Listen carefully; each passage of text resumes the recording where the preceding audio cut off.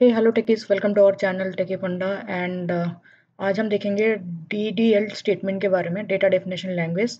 आज हमने आपको बोला था पिछले वीडियो में create, read, update and delete. Create, read, update and delete. तो अपडेट एंड डिलीट जो है वो आता है DML स्टेटमेंट्स में, डेटा मैनिपुलेशन लैंग्वेज। तो बेसिकली SQL के स्टेटमेंट को डिवाइड कर दिया गया है DDL, DML, TCL। ओके, सो हम आज DDL का देखेंगे जिसमें आप क्रिएट और अल्टर टेबल कर सकते हैं। सो डेटा डेफिनेशन लैंग्वेज में पहले तो आपको स्टार्टिंग से बताते हैं कि अभी यहाँ पे जो है ये मास्टर डेटाबेस में है। हमने उस दिन बनाया था एक टेस्ट डीबी बनाया था। तो आप यहाँ पे यहाँ तो एक तो यहाँ से सिलेक्ट कर सकते हैं, आप यहाँ से आप सिलेक्ट कर सकते हैं आपकी कौन सा डेटाबेस है, या फिर आप यहाँ लिख सकते हैं use test DB. Okay, use test DB कर देंगे तो आपका आ जाएगा ये। अब यहाँ पे अगर आपको लिखना है, एक टेबल बनाना है। ओके, एक टेबल बनाना है आपको, जिसके लिए आपको कमांड लिखना पड़ेगा जो क्रिएट का है ना, क्रिएट, रीड, अपडेट, डिलीट। तो हम क्रिएट का देखेंगे। सो क्रिएट टेबल। अभी मान लीजिए हम एक स्टूडेंट टेबल बनाते हैं, क्रिएट टेबल स्टूडेंट, आगे TBL लगा देते हैं, TBL स्टूडेंट। ओके, अब यहाँ पे कौन कौन से फील्ड होंगे स्टूडेंट में, मतलब फील्ड मतलब कौन कौन से कॉलम आपको बनाने हैं स्टूडेंट में, वो आपको यहाँ पे डिफाइन करना पड़ेगा। और उस कॉलम का डेटा टाइप, अब जो डेटा टाइप है वो भी आपको यहाँ पे बता देते हैं। और जो कीज़ हैं, प्राइमरी की, फॉरेन की, यूनिक की, उसके लिए एक सेपरेट वीडियो बनाया जाएगा। इसके बाद वाला वीडियो आएगा वो, उस वीडियो में हम देखेंगे कि कीज़ क्या क्या होते हैं और वो कैसे हम उसको डिफाइन कर सकते हैं। प्राइमरी की हो गया, फॉरेन की, यूनिक की। ओके, तो अभी जो है, अभी आप कीज़ के ऊपर ध्यान मत दीजिए, अभी आप फील्ड्स के ऊपर देखिए। आईडी और इंट एक डेटा टाइप है। प्राइमरी की इसको बनाते हैं हम।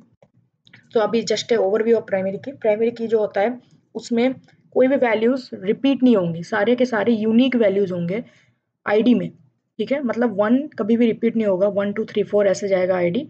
और वो इसीलिए वो प्राइमरी की है, वो सारे यूनिक रहेंगे और उसमें नल वैल्यूज नहीं रहेंगे। यही डिफरेंस है प्राइमरी की और यूनिक की में, कि प्राइमरी की में नल वैल्यूज नहीं रहेंगे, यूनिक की में कंटेन्स नल वैल्यू। ओके, अब हम लिखेंगे नेम, जिसको हम बनाएंगे varchar, मान लीजिए 250। अब ये क्या है, ये varchar, ये आपको समझाया जाएगा इसके बाद। अब मान लीजिए हम कर देते हैं बर्थ डेट, इसको कर देते हैं डेट टाइम। बर्थ डेट का टाइम नहीं चाहिए, अगर टाइम भी चाहिए होता है तो डेट टाइम लिखते हैं। Okay, date. अब हम कर देते हैं इसमें मान लीजिए स्टूडेंट का ग्रेड, इंटीजर। ओके, अब हम इसको एग्जीक्यूट करते हैं। ओके, एग्जीक्यूट हो गया। ये एग्जीक्यूट बटन या फिर F5 दबाएंगे तो एग्जीक्यूट हो जाएगा। अब इस डेटा टाइप के ऊपर थोड़ा चर्चा कर लेते हैं। सो डेटा टाइप जो होता है वो फर्स्ट होता है, फर्स्ट आपका होगा इंटीजर। इंटीजर मतलब आपका जो 1 2 3 4 5 6 ये सारे इंटीजर्स हैं। ठीक है, कुछ उसका एक बड़ा सा नंबर है, समथिंग 2 लाख समथिंग कुछ चेक है, उस तक आप इंटीजर वैल्यू स्टोर कर सकते हैं, तो वो इंटीजर है। ठीक है, फिर आता है आपका फ्लोट। फ्लोट होता है आपका मान लीजिए जो आपका हो गया 2.3 या 2.4, ये हो गया आपका फ्लोट। ओके, अब आता है स्ट्रिंग वैल्यूज, जिसको हम सीक्वल में varchar लिखते हैं। और ये जो 250 है, ये 250 उसका लेंथ है। ठीक है, अब मान लीजिए आपका किसी का नाम 250 कैरेक्टर से ज़्यादा है, तो इसमें वो आपको ऐड करने नहीं देगा, एरर देगा, क्योंकि आपका जो डिफाइन किया गया है टेबल बनाते टाइम वो 250 है। ऑल्दो आप इसको चेंज कर सकते हैं आगे जाके, अल्टर टेबल, अल्टर कमांड के हिसाब से, वो भी हम देखेंगे। ओके, और जो फोर्थ वाला है, आप मान लीजिए बिट बिट मतलब बिट का जो वैल्यू है वो 1 से 64 तक होता है बिट वैल्यूज। और 0 और 1 होता है इसका वैल्यूज, 0 या 1 आप बिट वैल्यूज ले सकते हैं। ठीक है, तो मान लीजिए जो ट्रू फॉल्स होता है उसमें ट्रू फॉल्स नहीं लिखते हैं हम सीक्वल में, 0 और 1 लिखा जाता है। अभी आप 0 को ट्रू बना सकते हैं या 1 को भी ट्रू बना सकते हैं, जैसी आपकी मर्जी। मान लीजिए कि स्टूडेंट टेबल में एक कॉलम हम जोड़ देंगे, is past, is pass. Okay, तो अगर वो स्टूडेंट पास है तो 1, अगर नहीं है तो 0। ठीक है, तो ऐसे करके आप एक बिट कॉलम बना सकते हैं। ठीक है, अभी आ गया एन वैरकर। एन वैरकर जो होता है वो यूनिकोड कैरेक्टर्स को डिफाइन करता है। ये मान लीजिए कोई ये जापानीज में कैरेक्टर है, अगर आपको ये लिखना है तो आपको इसमें एन वैरकर बनाना पड़ेगा कॉलम को। ओके, कुछ और हम देख लेते हैं जिसमें आप गिग्स फॉर गिग्स में जा सकते हैं और आप वहाँ पे देख सकते हैं। यहाँ पे देखिए Unicode varchar and n varchar में ये स्टैक ओवरफ्लो का है। ठीक है, आप पहले तो एन जोड़ सकते हैं वैल्यूज इंसर्ट करते टाइम, या फिर आप उसको एन वर्कर बना सकते हैं। अभी हम डेटा टाइप्स कुछ देखते हैं। तो यहाँ पे एक कैरेक्टर है, maximum length is 8000। Okay, varchar maximum length is 8000 characters. Okay, and of course char and varchar में एक बहुत बड़ा डिफरेंस है। कैर जो है वो फिक्स्ड लेंथ है और वर्कर जो है वो वेरिएबल लेंथ है। ओके, इसका मतलब होता है कि मान लीजिए कि अगर आपका एक कैर आपने डिफाइन कर लिया 6 या फिर 10, जैसे यहाँ पे डिफाइन है, यहाँ पे जैसे डिफाइन है वर्कर 250, तो इसका मतलब ये नहीं है कि आपको 250 कैरेक्टर का ही डालना पड़ेगा। आप 2 कैरेक्टर का भी नाम डाल सकते हो, 3 कैरेक्टर का भी डाल सकते हो। लेकिन अगर आपका कैर लिख दिया आपने कि नेम कैर 250, तो आपको 250 उसका लेंथ 250 ही होगा हमेशा। अगर आप 3 कैरेक्टर का भी लिखेंगे तो उसका लेंथ 250 ही रहेगा। इसीलिए वैरकर हम यूज करते हैं कैर की जगह, क्योंकि वो वेरिएबल लेंथ होता है। ओके, सिमिलरली वैरकर मैक्स जो होता है वो आपका मैक्सिमम लेंथ जो है 231 कैरेक्टर्स का जाता है, इक्वल 2005 का। ओके, और ये नॉन यूनिकोड डेटा है। यूनिकोड कैरेक्टर्स के लिए आपको एन वर्कर लिखना पड़ेगा, जो हमने आपको बताया कि एन वर्कर आपको यूज होता है कोई डिफरेंट लैंग्वेज में, तेलुगु तमिल हो गया या जो भी जापानीज हो गया, वो आप लिख सकते हैं। ओके, तो ये टेबल हमारा क्रिएट हो गया है। एक बार इस टेबल को देख लेते हैं। तो देखने के लिए हम आपको सिलेक्ट स्टेटमेंट्स का, जिसका अलग से वीडियो बनेगा सिलेक्ट स्टेटमेंट के ऊपर, फ्रॉम टीवीएल स्टूडेंट। देखिए आपका कॉलम बन चुका है, ID, name, birth date and grade. Okay, अब इसमें वैल्यूज डालने पड़ेंगे आपको इंसर्ट करके, जो कि डीएमएल स्टेटमेंट्स में होता है, डेटा मैनिपुलेशन लैंग्वेज में। बट अभी हम डीडीएल कर रहे हैं, जो कि है डेटा डेफिनेशन लैंग्वेज। तो इसमें जो इंसर्ट करना है, अपडेट करना है, डिलीट करना है, वो हम आगे के वीडियोस में अच्छे से देखेंगे। और आगे के वीडियोस में हम प्राइमरी की, यूनिक की, फॉरेन की पे देखेंगे। अभी आपने क्रिएट करना सीख लिया, अब हम अल्टर टेबल सीखेंगे। तो अभी मान लीजिए कि हमारा एक ग्रेड है और ग्रेड को हमने लिया था, एक बार कंट्रोल जेड कर देते हैं, ग्रेड को हमने लिया था इंटीजर। अभी मान लीजिए कि ग्रेड को आपको बनाना है फ्लोट बनाना है, ग्रेड को आपको फ्लोट बनाना है, तो आप इसको मॉडिफाई भी कर सकते हैं। ठीक है, और मान लीजिए आपको बर्थ डेट जो है इसको हटाना है, बर्थ डेट नहीं चाहिए हमको स्टूडेंट का, आप वो भी कर सकते हैं। ठीक है, जो वर्कर आप एक एक्स्ट्रा कॉलम ऐड भी कर सकते हैं, मान लीजिए ईमेल ऐड करना है तो आप वो ऐड कर सकते हैं। तो पहले हम ऐड करते हैं। तो आपको लिखना है command alter table pbl student. Okay, और यहाँ पे आपको लिखना होगा ऐड ईमेल, जो कॉलम का नाम है और कॉलम का टाइप। तो वर्कर 350 लिखते हैं हम।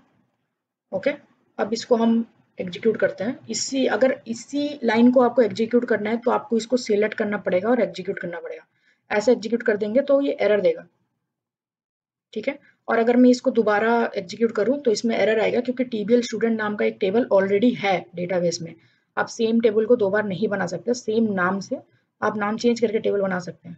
तो ये मैंने एग्जीक्यूट कर दिया। तो अब हम सिलेक्ट करके देखते हैं, select star from TBL student. Star जो होता है वो सारे कॉलम्स को एग्जीक्यूट करवाता है, ID, name, birth date, grade, email. आ गया।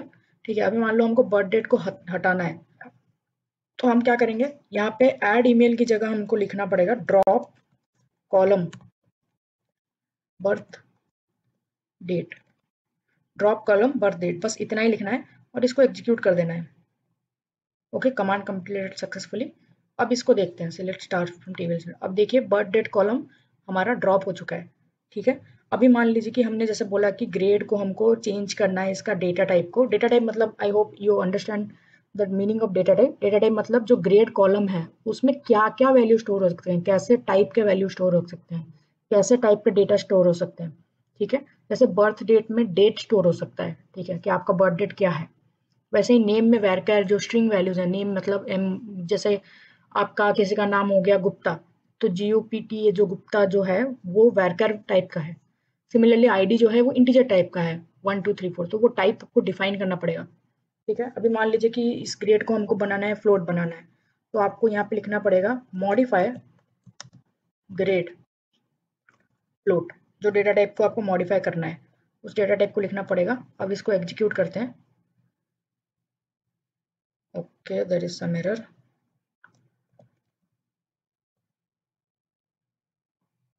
ओके इनकरेक्ट सिंटैक्स है। सो ओके SQL सर्वर है, माई SQL में मॉडिफाई होता है अल्टर कॉलम। हाँ डन।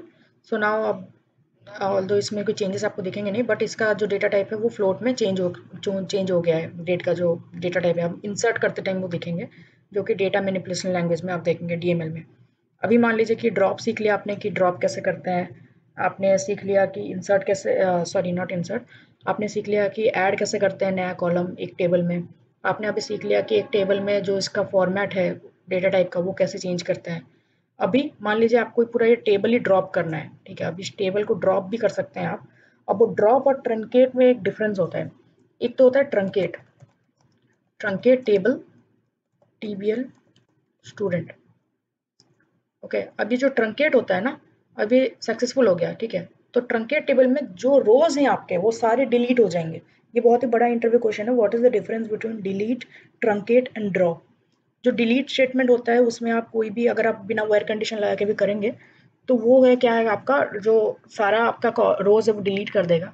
ट्रंकेट में आपका जो सारा रोज है वो डिलीट होगा, लेकिन स्कीमा रहेगा। स्कीमा मतलब अभी मान लीजिए हम ड्रॉप लिखेंगे, तो अभी अगर मान लीजिए ट्रंकेट के बाद मैं इसको रन करती हूँ, तो फिर यहाँ पे TBL स्टूडेंट ऑलरेडी है डेटाबेस में, ठीक है।